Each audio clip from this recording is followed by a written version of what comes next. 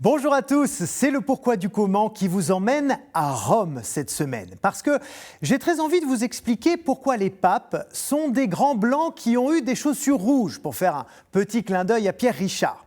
Oui, pourquoi ils sont tous de blanc vêtus et pas en noir, en rouge, en violet comme les autres membres du clergé. Alors on va se retrousser les manches et c'est parti. Si vous ouvrez vos encyclopédies, vous allez découvrir que si les papes sont en blanc, c'est grâce à Saint Pie V, souverain pontife de 1566 à 1572.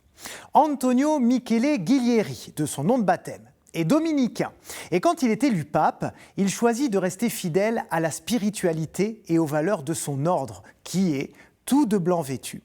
Il sera ensuite imité par tous ses successeurs qui ont également utilisé le blanc pour symboliser la pureté d'âme à laquelle ils aspirent dans l'exercice de leur ministère. Mais ce n'est pas une innovation pure et dure. Le fait de garder les habits de son ordre est une pratique courante chez les évêques et cardinaux religieux, encore aujourd'hui d'ailleurs. Prenez l'exemple de l'archevêque de Boston, le cardinal O'Malley.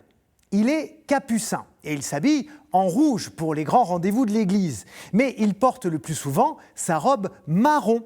Et c'est aussi le cas du cardinal et grand prédicateur Cantalamessa. Vous voyez donc que les religieux ont le choix. Et avant Pie V, en fait, tout le monde avait le choix, parce qu'il n'y avait pas vraiment de tenue de ville officielle pour le clergé. Mais à l'époque du Concile de Trente, en 1545, on s'efforce de définir des règles communes, plus strictes pour tout. Les rites, les couleurs liturgiques, la formation des prêtres, leurs mœurs, et donc aussi les vêtements des membres de l'Église. C'est une unification qui est très progressive et qui est surtout très imparfaite. Il ne faut donc pas imaginer avant Pie V des cardinaux toujours et partout vêtus de rouge. Mais il y a un mouvement d'unification vestimentaire et Pie V tranche avec son blanc dominicain.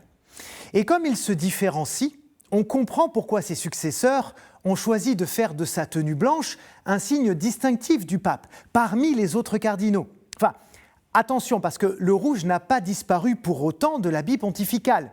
En réalité, il a toujours été présent, à des degrés divers, depuis les premiers siècles de l'Église.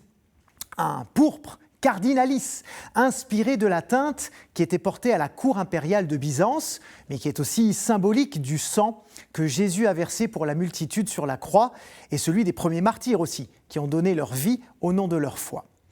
Je vous le disais en début d'émission, les grands blancs ont eu des chaussures rouges, les fameuses mules du pape.